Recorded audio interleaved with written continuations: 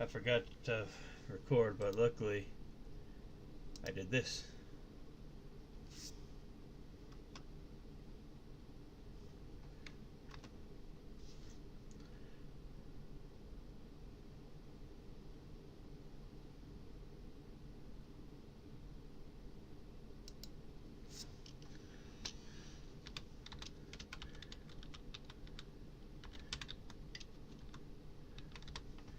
And I got to add a little something to it.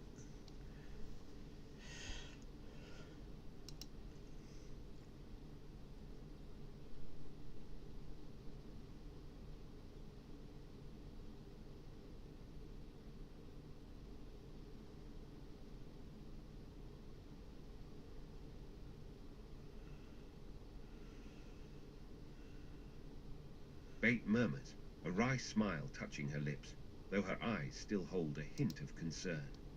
Oh, that's his mom. Carla adds, her own frying pan now forgotten, hanging loosely by her side. She looks normal and chipper. Jonah simply grunts, a familiar sound of weary resignation. The relentless pressure of your mother's embrace, combined with the earlier trauma and your general lack of stamina, proves too much. Your vision blurs, the vibrant colours of the estate courtyard dimming to a dull grey. The last thing you hear is a collective, almost sympathetic groan from your companions. Oh no, he passed out again. Your body goes limp in Rachel's iron grip.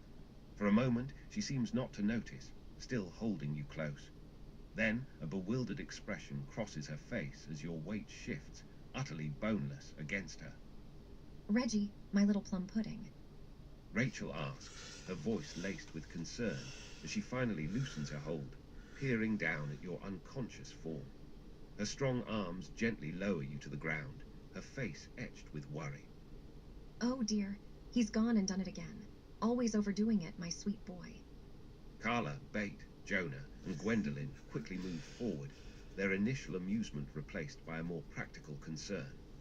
Bait still clutches the leather-bound journal, her gaze flicking from your unconscious form to your mother, a new set of calculations clearly beginning in her sharp mind. The heavy oak doors of the Regent's estate stand wide open behind Rachel, revealing a glimpse of the polished stone and tapestries within, a stark contrast to the chaos unfolding just outside.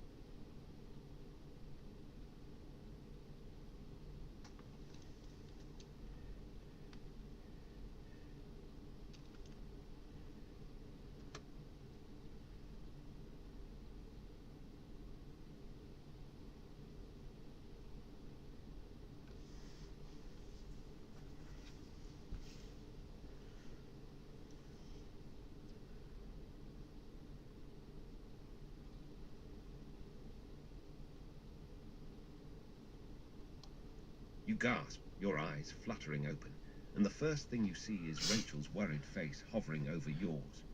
You push yourself up, rubbing your head, and look around, the realization of your surroundings slowly dawning. Rachel Ormanel immediately leans in, her hands cupping your cheeks, her thumbs gently stroking your skin. Her eyes, filled with a mixture of relief and a lingering concern, scan your face as if checking for any lingering damage. Oh, my little honey bun. You gave your old mum quite a fright, passing out like that. She says, her voice thick with affection, completely sidestepping your first question. I just had a feeling, you see. A mother's intuition. I knew my sweet Reggie Bear was out gallivanting and probably getting into trouble, so I thought I'd come and make sure you were eating properly. And look what I found. My handsome boy, sprawled out right here at the front door. She glances briefly at your companions, then back to you, her brow furrowed slightly. Are you sure you're all right, dear? You're not looking quite your usual robust self. Perhaps a nice, warm cup of chamomile tea, or maybe some of my famous meat pies. I brought a fresh batch, just in case my big, strong boy needed a little pick-me-up. She gestures towards a surprisingly large, woven basket sitting innocently near her feet, from which a faint, savoury aroma seems to waft. Her attention, however, remains fixed on you, her hand still firmly on your face.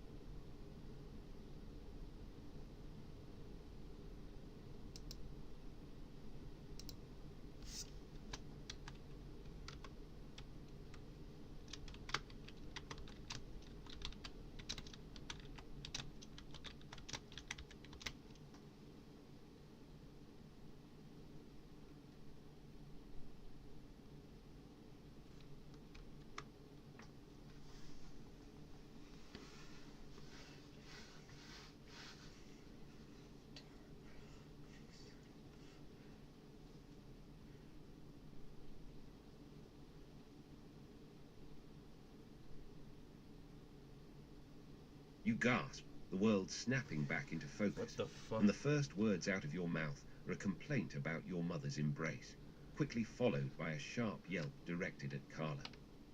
Carla, who had been standing over you, a look of exasperated amusement on her face, gives you a swift, but not painful, tap on the forehead with the flat of her frying pan.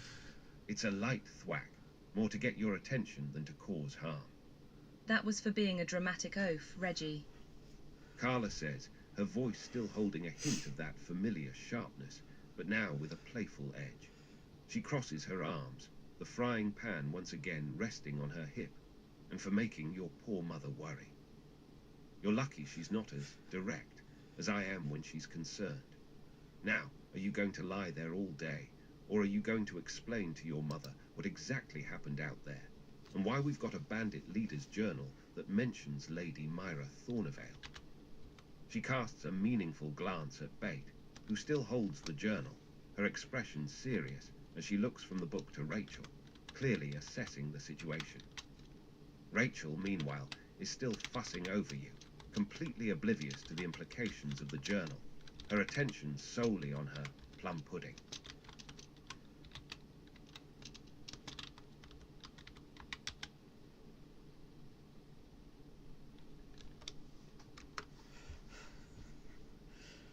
Oh no, this is gonna be.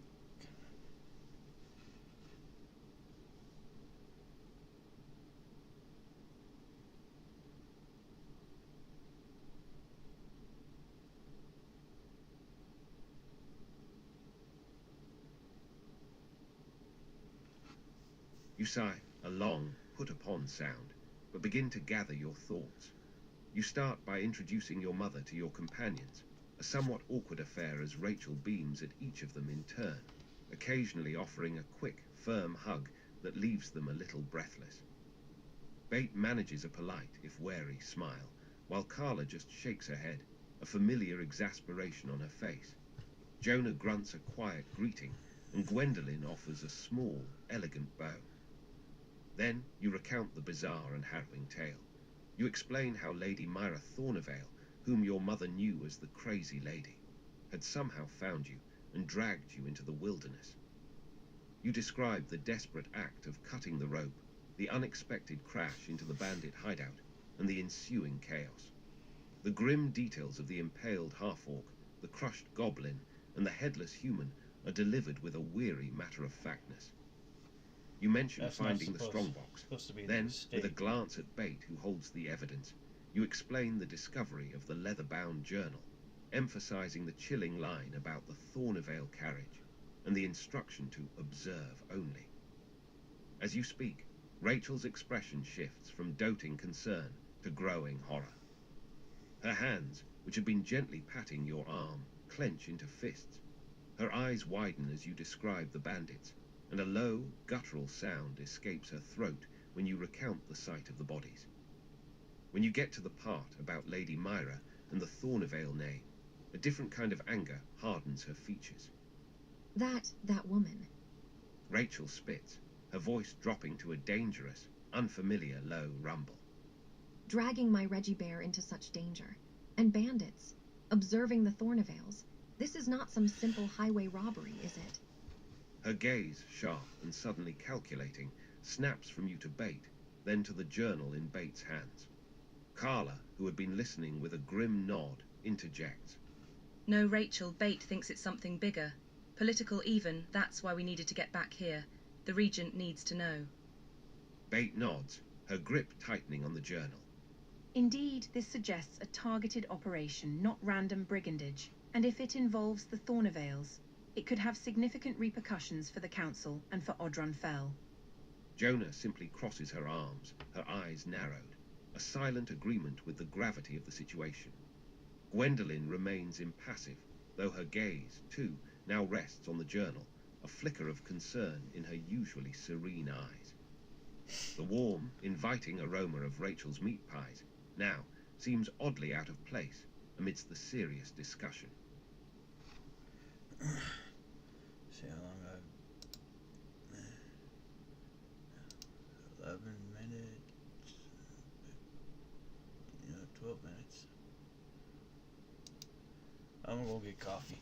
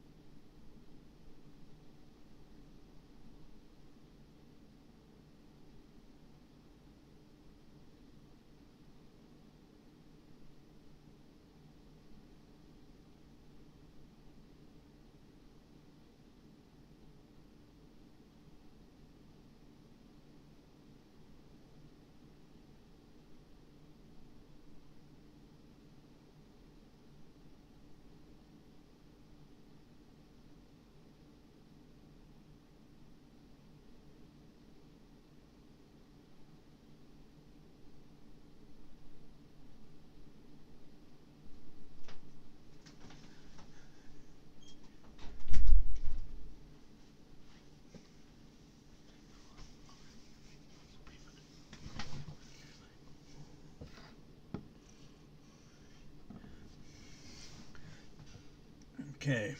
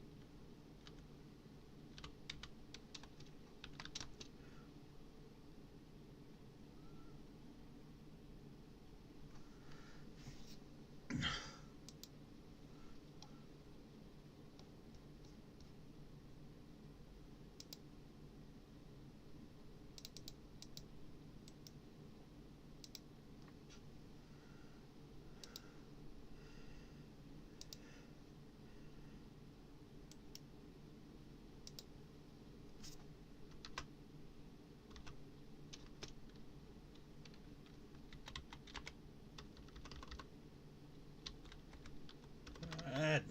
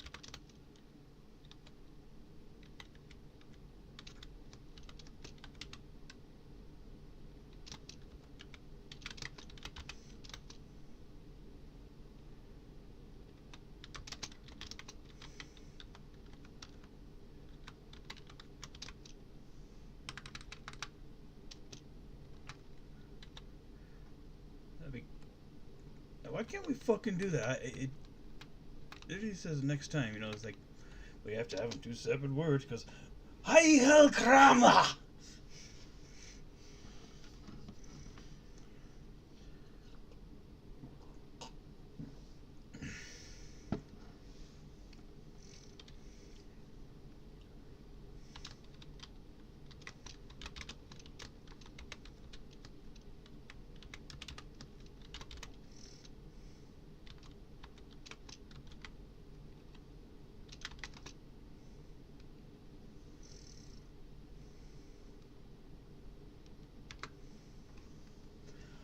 I don't know, Reddy's gonna become a badass.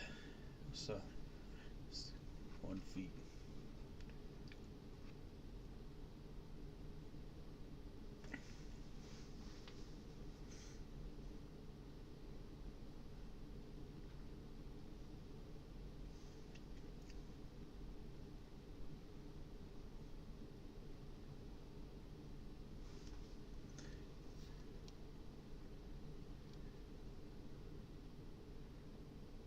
The warm, inviting aroma of Rachel's meat pies is instantly shattered by a whirlwind of sudden, violent action.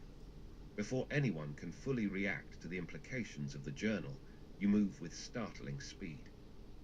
With a grunt of effort, you abruptly shove Rachel aside. She lets out a surprised yelp, her basket of meat pies tumbling as she lands heavily on the ground, a look of bewildered shock on her face. At that very instant, a familiar, magically reinforced rope whips through the air, coiling around you. Lady Myra Thornevale, mounted on her horse, her golden hair streaming behind her, has appeared as if from nowhere, a triumphant, almost manic grin on her face. But before the rope can tighten fully or drag you away, Jonah springs into action. Her hand, already gripping a well-honed cleaver, moves in a blur. With a sharp snick, the rope is severed, falling uselessly to the ground. You don't pause. Fueled by a surge of raw, unbridled fury, you charge at Lady Myra's horse. Your shoulder slams into the animal's flank with incredible force, a surprised whinny echoing through the courtyard as the horse stumbles, throwing Lady Myra from her saddle. She lands with an undignified thud on the cobblestones. Before she can even groan, you are upon her. Your hand closes around her neck, fingers digging into the soft flesh.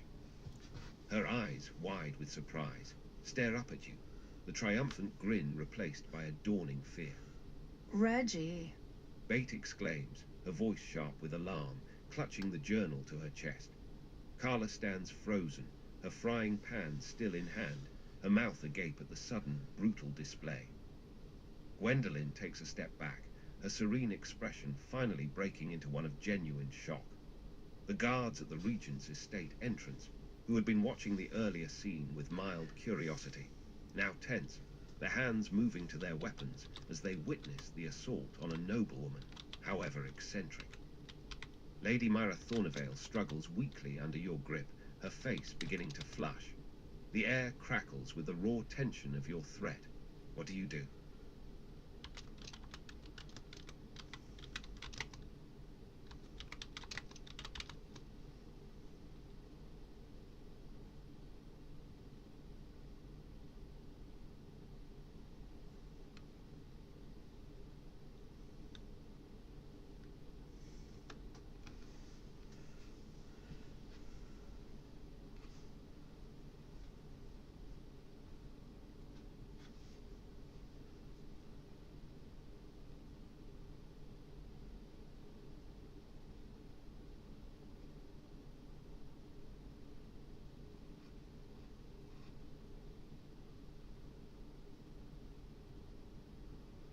Your words hang in the air, raw and desperate, as your grip tightens around Lady Myra's throat.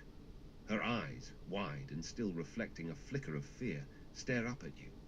Her face, previously flushed, now takes on a purplish hue as she struggles for breath.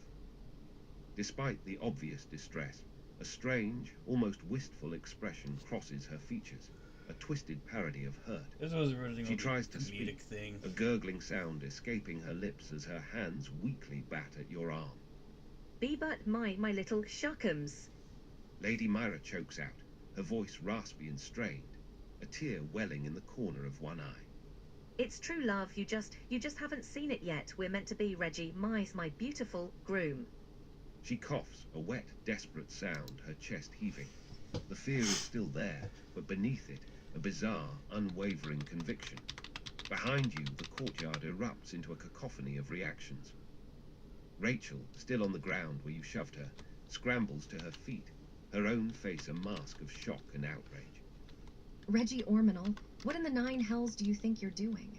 Let that poor woman go this instant. This is no way to treat a lady, no matter how. Peculiar. She looks torn between rushing to Myra's aid and scolding you. Bate, her earlier alarm now mixed with a heavy dose of disbelief, takes a hesitant step forward. Reggie, stop. This is not helping anything. We have a journal, remember, political ramifications. Her voice is sharp, trying to cut through your rage. Carla, however, seems to be processing the scene with a strange, grim satisfaction. She doesn't move to intervene, merely watches with narrowed eyes, her frying pan still held loosely. Well, he finally snapped. She mutters more to herself than anyone else. Jonah, ever pragmatic, merely shakes her head slowly, a sigh escaping her lips. Gwendolen, however, has drawn a slender, silvered dagger, her eyes fixed on you with a look of severe disapproval. The Regent's guards, now fully alerted, are advancing, their spears lowered, clearly preparing to intervene.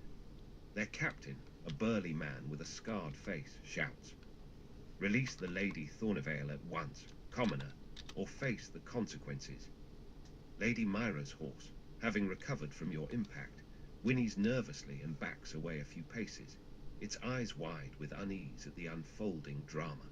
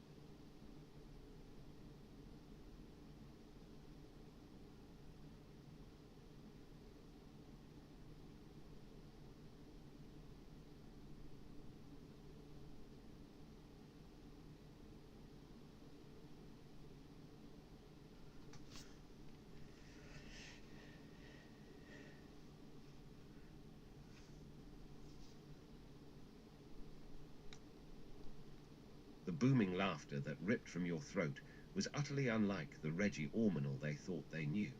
With a theatrical flourish, you undid the straps of your ill-fitting, dented armor. It clattered to the cobblestones, revealing not the expected soft, round belly, but a surprisingly lean, corded physique, honed by unseen exertions. Your broad shoulders and powerful arms were clearly visible, a stark contrast to the lumbering figure you'd presented. Before anyone could fully process the transformation, you moved. With a powerful, almost casual swing, Lady Myra Thornevale was lifted from the ground, her choked gasps cut short as you hurled her over the outer wall of the Regent's estate. A distinct splash echoed from beyond, suggesting she had landed in the ornamental pond or a nearby fountain. Your gaze then snapped to the advancing guard captain, who, along with his men, had frozen in stunned disbelief. In a blur of motion that defied your previous lumbering demeanor, you were upon the captain. A swift, precise strike disarmed him, the spear clattering to the ground as he crumpled. The other guards, still reeling from the shock of Myra's sudden departure and your changed appearance, barely had time to react before you were among them, a whirlwind of calculated, non-lethal blows. One by one, they fell unconscious, their forms scattered across the courtyard. You straightened, breathing only slightly heavily, the silence in the courtyard now profound, broken only by the nervous whinny of Myra's horse, which had bolted further away. The reactions of your companions were a tableau of utter astonishment. Rachel, who had just been shoved, now stared at you from the ground, her mouth agape, a half-eaten meat pie still clutched in her hand. Her face was a mixture of shock, confusion, and a dawning, almost fearful respect. Bate, the journal still clutched to her chest, looked utterly bewildered, her sharp intellect struggling to reconcile the Reggie she knew with the powerful, decisive figure before her. Carla, her frying pan still at her hip, let out a low whistle, a slow, incredulous grin spreading across her face. Well, I'll be damned. The oaf's been holding out on us. Jonah, who had been ready to defend you, simply blinked, her cleaver lowered, a rare look of surprise on her usually stoic face. Gwendolen, her silvered dagger still poised, slowly lowered it, her eyes wide, a flicker of something akin to admiration in their depths. The Regent's estate courtyard, moments ago a scene of tense confrontation, was now eerily quiet, save for the distant whinny and the faint, savory smell of fallen meat pies. The unconscious guards lay still, a testament to your sudden, shocking display of capability. I gotta go to the...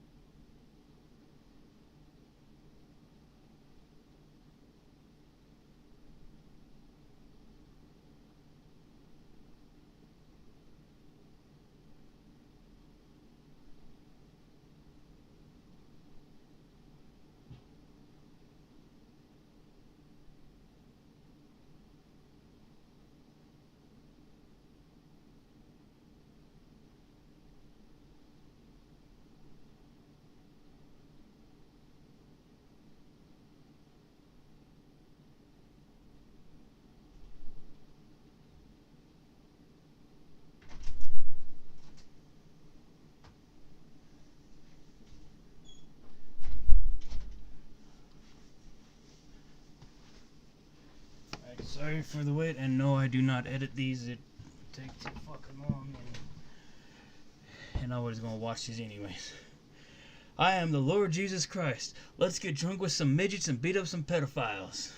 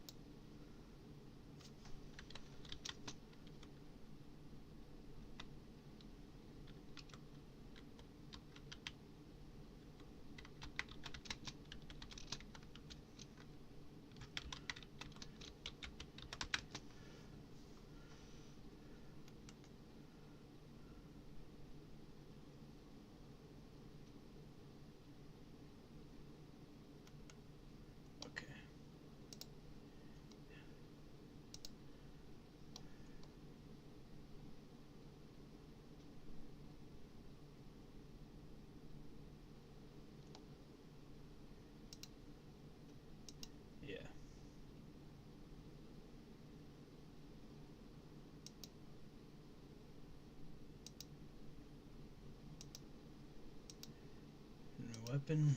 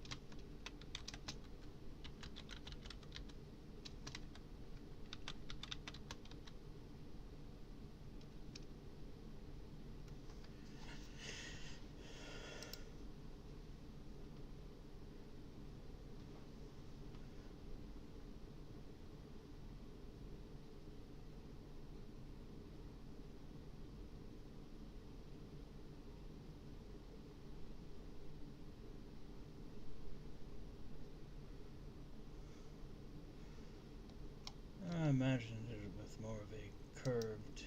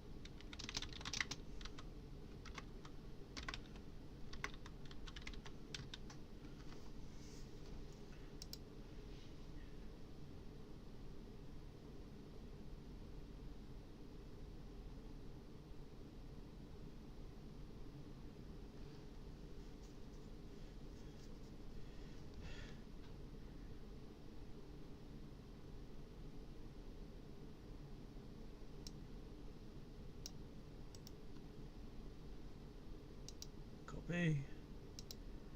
Generate. Paste. Generate. Yeah, sometimes this takes a while. Ah.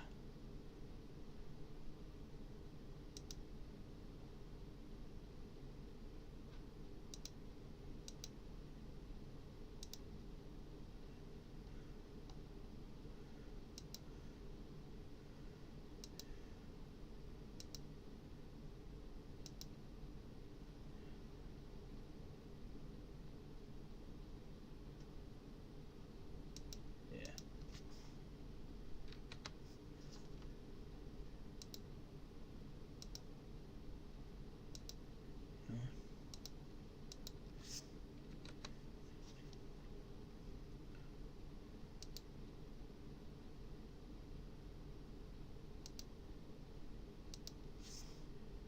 Ten.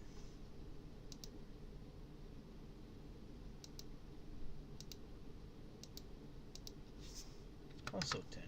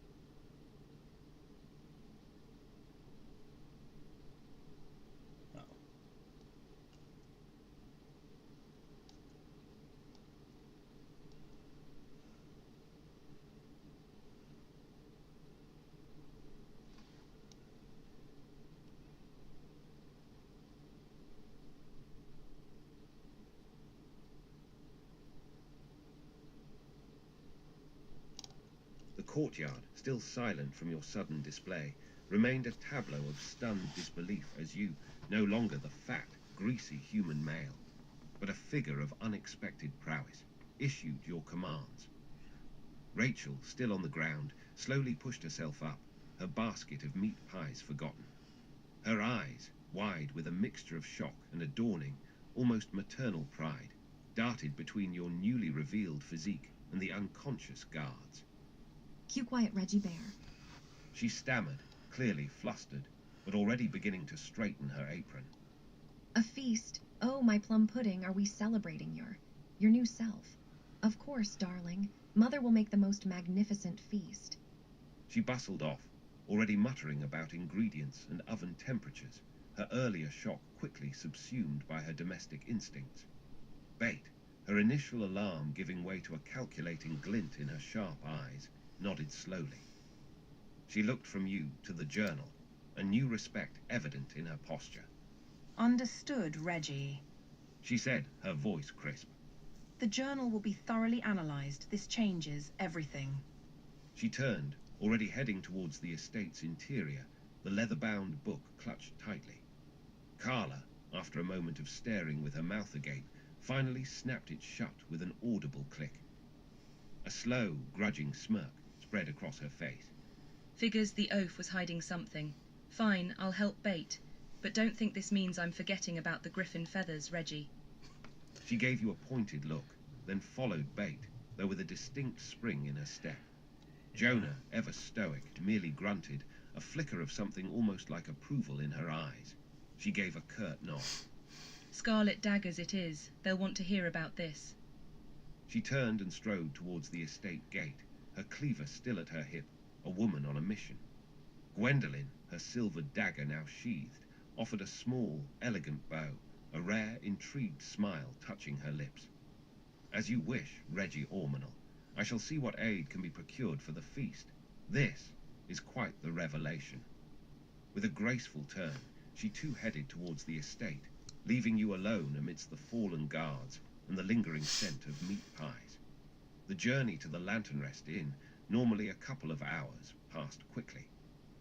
The familiar landscape of winding roads and encroaching pines blurred by as you moved with a newfound, unburdened speed.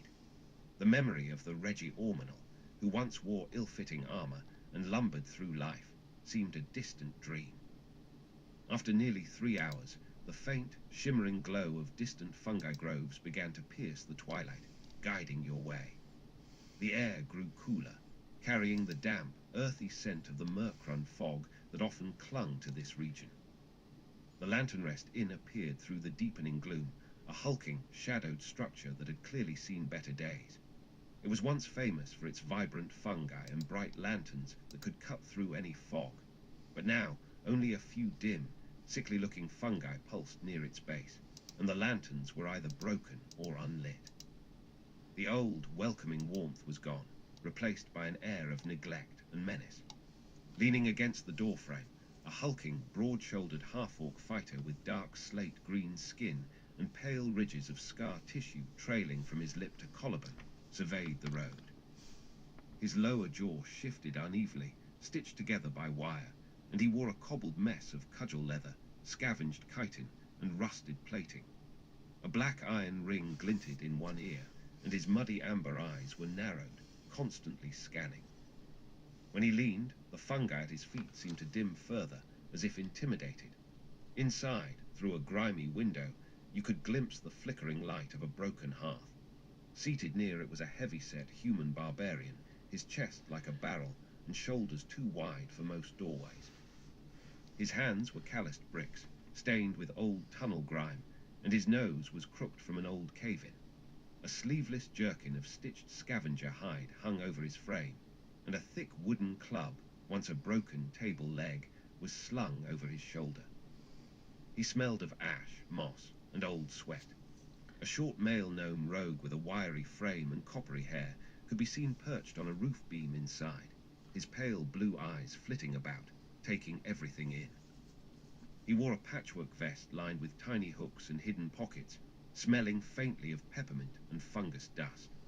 Near the back, A short, wiry female halfling rogue with sun-darkened skin and a tangle of dirt-brown curls moved with a slight drag to her left leg.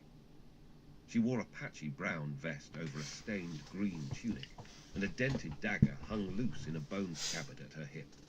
Her pale hazel eyes were constantly scanning, even when she seemed to be resting. The air here was thick with the scent of stale ale, unwashed bodies, and a faint metallic tang. This was clearly no longer a welcoming inn, but a bandit stronghold, just as the journal had implied. The cleaning house was about to begin.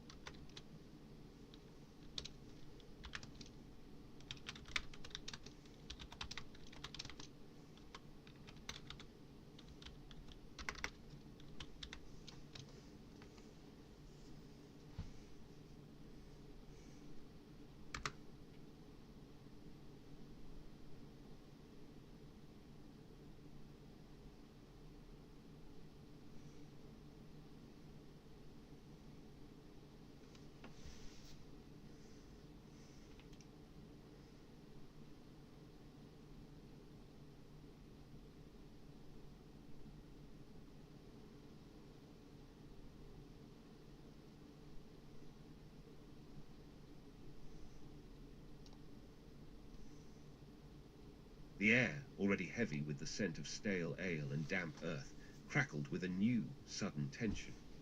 As your words hung in the twilight, the half-orc fighter at the doorframe, his muddy amber eyes narrowed, watched your every move.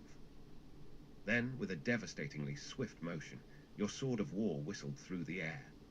The ancient tree, its bark gnarled and thick, offered barely a whisper of resistance as the blade cleaved through it with impossible ease. A clean, splintering crack echoed through the murk run, and the upper section of the tree toppled with a heavy thud, disappearing into the surrounding gloom. The glowing fungi near its base flickered erratically, as if recoiling from the raw power unleashed. The half-orc stiffened, his stitched jaw clenching. His narrowed eyes, which had been fixed on your newly revealed physique, now flickered to the cleanly severed tree, then back to you, a flicker of genuine surprise, perhaps even a hint of fear in their depths. He didn't move from the doorframe, but his grip tightened almost imperceptibly on the dented axe at his side. From within the grimy interior of the lantern rest, the heavy-set human barbarian near the broken hearth heard the crash. His perpetually furrowed brow deepened, and he slowly turned his head towards the door, his hand instinctively resting on the thick wooden club slung over his shoulder. He didn't speak, but his gaze, though not yet directly on you, was wary. Perched on a roof beam inside, the gnome rogue froze mid-fidget. His pale blue eyes, usually flitting with squirrel-like energy, were now wide, fixed on the half-orc at the entrance, then darting towards the sound of the fallen tree. A low, nervous whistle escaped his lips, barely audible. Near the back, the halfling rogue with the dragging leg, who had been idly sorting through pouches, snapped her head up. Her pale hazel eyes, usually scanning the shadows, now darted towards the commotion at the front of the inn. Her hand instinctively went to the dented dagger at her hip, her crooked smile gone, replaced by a tense, wary expression.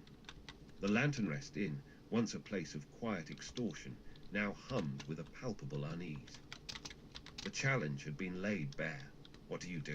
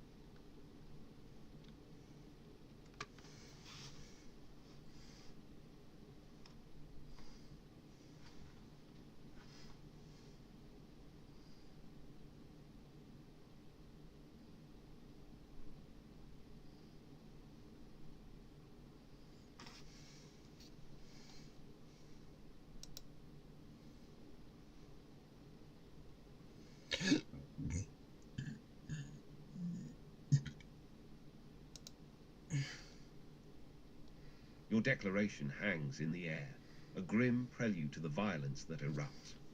The half-orc fighter, still frozen by the sight of the bisected tree, barely has time to register the shift in your stance.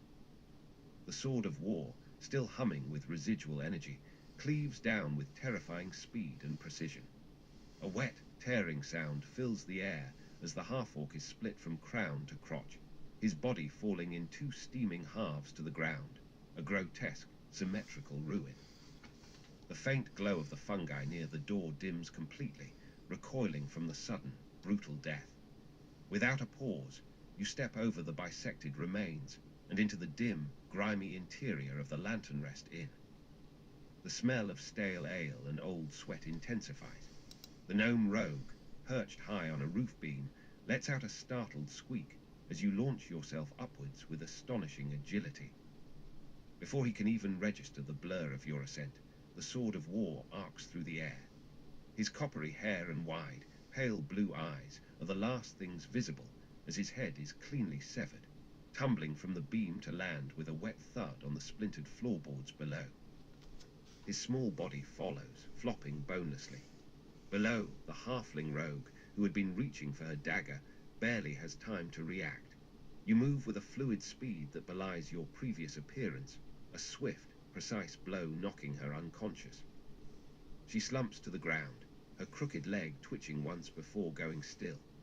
The heavy-set human barbarian, Brynel Dar, lets out a guttural roar, a sound of pure, unadulterated rage and grief.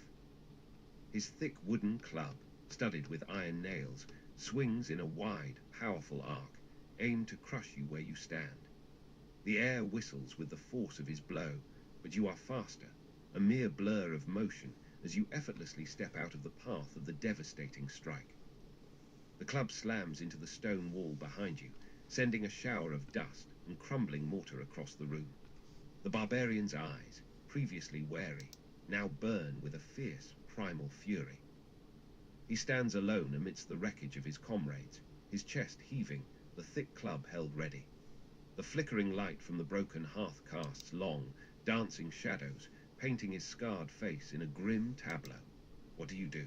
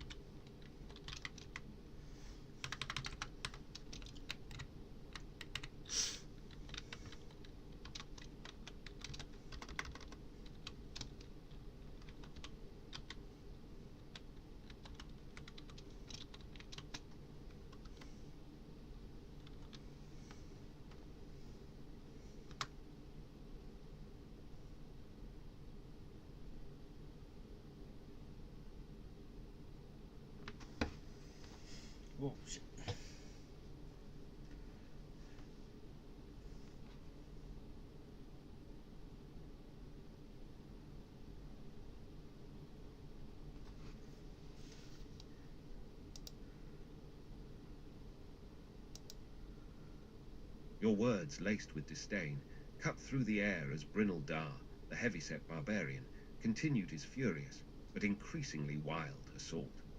His club, once a formidable weapon, now swung in wide, predictable arcs, each missed blow leaving him more unbalanced, more visibly winded. Sweat streamed down his scarred face, his heavy breaths rasping in the dim inn. His eyes, though still burning with rage, flickered with exhaustion. He was a bull, strong but unrefined, and you were a honed blade. As he stumbled from a particularly desperate swing, you moved. The sword of war, a silver blur in the flickering light of the broken hearth, sliced with chilling efficiency. A spray of hot blood erupted as his powerful arms, thick with muscle and old scars, were severed just below the shoulders, falling to the grimy floor with wet thuds. A guttural, choked scream tore from his throat, quickly cut short as the same blade arced upwards, cleaving his head from his thick neck. His massive body crumpled, a headless, armless ruin, splashing into the pooled blood on the floorboards. The thick scent of fresh gore now mingled with the stale odours of the inn. Silence, heavy and absolute, descended upon the lantern rest, broken only by the drip of blood and your own steady breathing. The halfling rogue, Messertan, remained sprawled and unconscious near the back of the inn, her small form a stark contrast to the brutal scene around her. You turn your attention to the task of finding rope. The inn is a chaotic mess of overturned tables, broken chairs, scattered provisions, and the general detritus of a bandit stronghold. There are discarded sacks, tattered tapestries, and splintered crates everywhere. To find something useful like rope in this disarray, you'll need to search the area thoroughly. Please make an intelligence, investigation, check, or a wisdom perception check.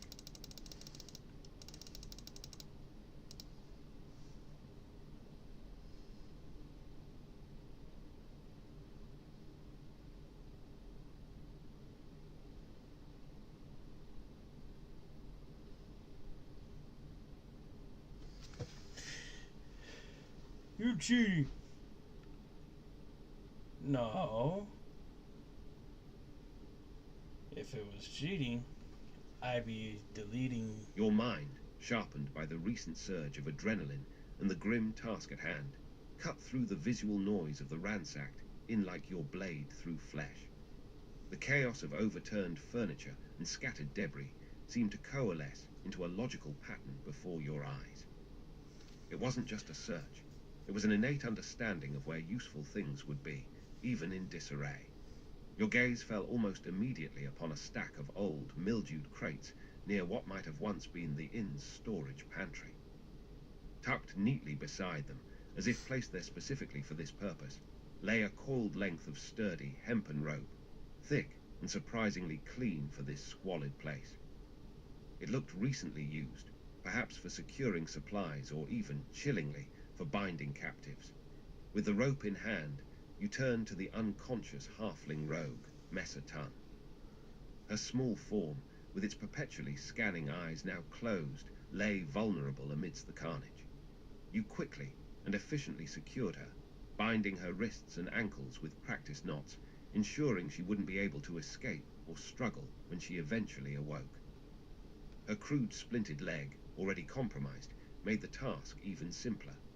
The Lantern Rest Inn was now a charnel house, silent save for the dripping of blood and the faint, rhythmic pulse of the few remaining dim fungi.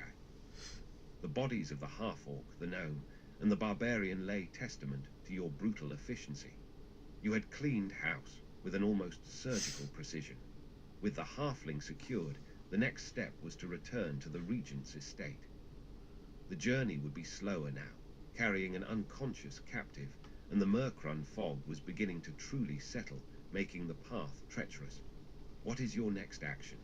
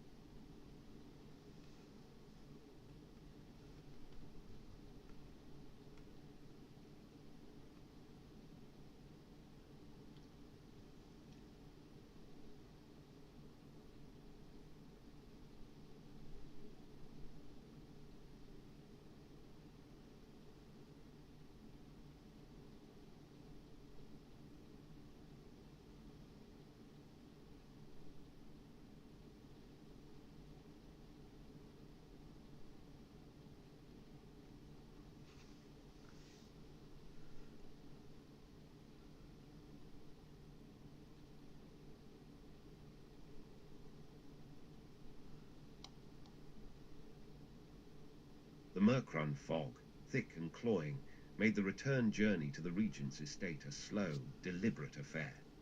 Each step was carefully placed, the unconscious halfling slung over your shoulder a silent burden. The familiar path was swallowed by the swirling mists, but your senses, now sharper, guided you unerringly along the trail. As you finally emerged from the encroaching pines, the formidable walls of the Regent's estate loomed, their usually subdued lighting now casting an almost theatrical glow into the fog. The outer gate, which had been ajar, was now fully open, and the courtyard was not merely subdued, it was a bustling, tense hub of activity. Scarlet daggers, their distinctive crimson sashes a stark contrast to the grey mist, stood in tight, disciplined formations, their gazes sharp and alert. Mingled among them were several elven nobles, their expressions a mix of concern and detached curiosity, their fine silks and elegant armour shimmering faintly. And most significantly, a handful of Oddfell-run council members stood in a tight knot near the main entrance, their faces grim.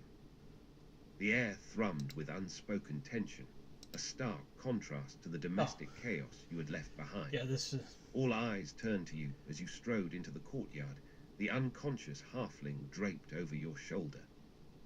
A tall, authoritative elven cleric, her silver hair neatly tied back and sharp green eyes assessing the scene, stepped forward from the group of council members. She wore practical scale mail, a silver holy symbol gleaming at her throat. Her posture was straight, her demeanour calm even amidst the palpable unease. You announce your presence and your request.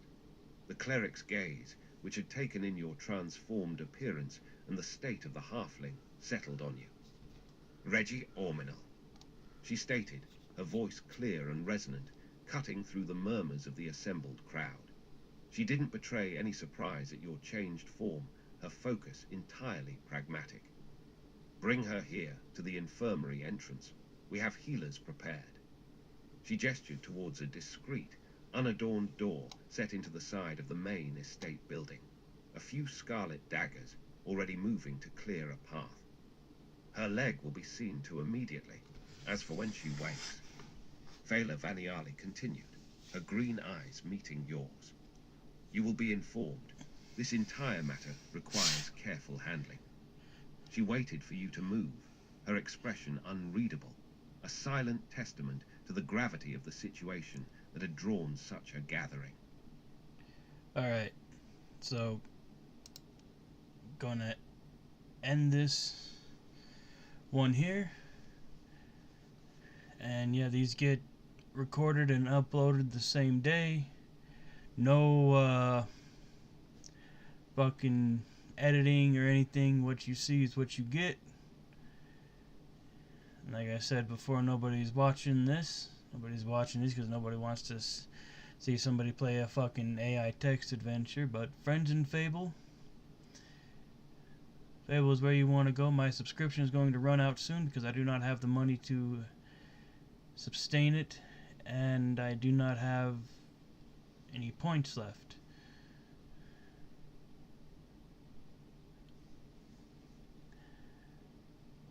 So I'm going to try and do as many of these as I can until that runs out, which is going to be pretty much every day. But again, nobody's going to watch this because, well, nobody watches my videos.